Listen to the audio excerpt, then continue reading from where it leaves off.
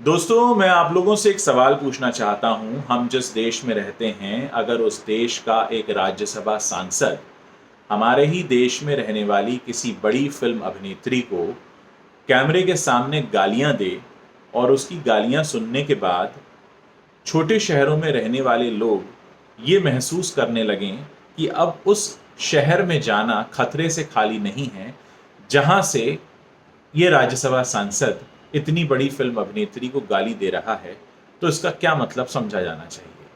क्या राज्यसभा सांसद इसलिए कोई बनता है कि वो देश के लोगों को डरा सके या एक गलत एग्जाम्पल सेट कर सके या लोगों के सामने एक डर और भय की तस्वीर प्रस्तुत कर सके?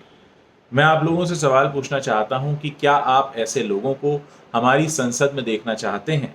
क्या आप लोग ऐसे लोगों को हमारे संविधान का रक्षक मानते हैं? क्या आप ऐसे लोगों को राजनेता बनने लायक मानते हैं? और दूसरा सवाल साथ ही ये होगा कि ऐसे राजनेताओं को संरक्षण देने वाले राजनीतिक दलों का क्या करना चाहिए? मैं यहाँ पर किसी का भी नाम नहीं ले रहा हूँ।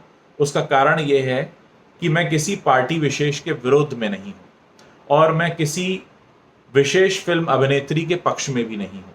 लेकिन बतौर भारत का नागरिक, अगर मेरे देश का एक राजनेता मेरे देश की एक बड़ी फिल्म अभिनेत्री पर इस तरह के बयान दे और महिलाओं को एक जगह इकट्ठा करके उसकी तस्वीर पर जूते चप्पलें लगाने के दृश्य दिखाई दें, क्या उस शहर में लोग अपने आप को सुरक्षित महसूस करेंगे या उस शहर में अपनी रोजी रोटी के लिए आने वाले दूसरे शहरों के लोग खुद को सुरक्षित महसूस करेंगे?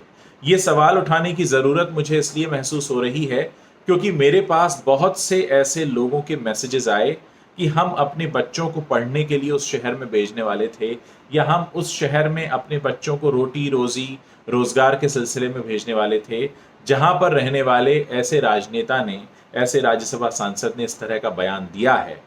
तो आप बताइए किस तरह की तस्वीर पैदा हो रही है? साथ ही इस तरह की खबरें सामने आने से अंतर्राष्ट्रीय पटल पर यानी इंटरनेशनल लेवल पर हिंदुस्तान की क्या तस्वीर बनती है, हमारे देश की क्या तस्वीर बनती है? कि क्या हम ऐसे लोगों को संसद भेजते हैं? क्या इस तरह के हमारे राजनीतिक दल हैं? क्या इससे हमारा शर्म से सिर नहीं झुक जाता? क्या ऐसे लोगों को उचित दंड नहीं दिया जाना चाहिए? या क्या ऐसे लोग वाकई नेता या रोल मॉडल बनाए जाने लायक हैं? क्योंकि मैं ये मानता हूं कि नेता बनने का अधिकार हर उस व्यक्ति को ही है जो कि रोल मॉडल भी बन सकता हो, लीडर, नेता, जिसका प्रमाण प्रस्तुत किया जाए कि हाँ, ये है मिसाल, ऐसे बनिए आप। तो क्या आप अपने बच्चों को ऐसे राजनेता की तरह बनाना चाहेंगे जो इस तरह से खुलेआम कैमरे पर धमकियां देता हो? ये किस तरीके का देश हम बना रहे हैं? ये किस तरह की तस्वीर हम बना रहे हैं? क्या इससे, इस सब को सुनने के बाद हमारा आपका सिर शर्म से झुक नहीं गया? क्या आप इस तरह का देश बनाना चाहते हैं? क्या आने वाला कल ऐसा होना चाहिए? क्या आने वाली पीढ़ियां इस तरह के राजनेता से कुछ सीखना चाहिए? मैं जानबूझकर यहां पर कोई नाम नहीं ले रहा हूं क्योंकि मुझे लगता है कि नाम लेने की जरूरत नहीं है। मैं किसके बारे में बात कर रहा हूं यह सुस्पष्ट है।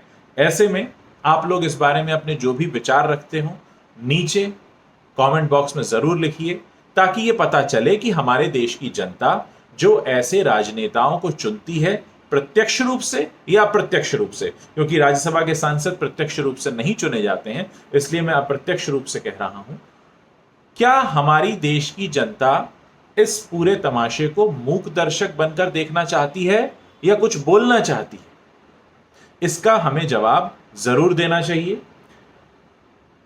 और मुझे लगता है कि हमारे संविधान की सुरक्षा के लिए यह सबसे ज्यादा जरूरी है कि हमारे देश की जनता जो भी घटनाएं घटित हो रही हैं उस पर अपनी बात कहे, अपनी राय रखे।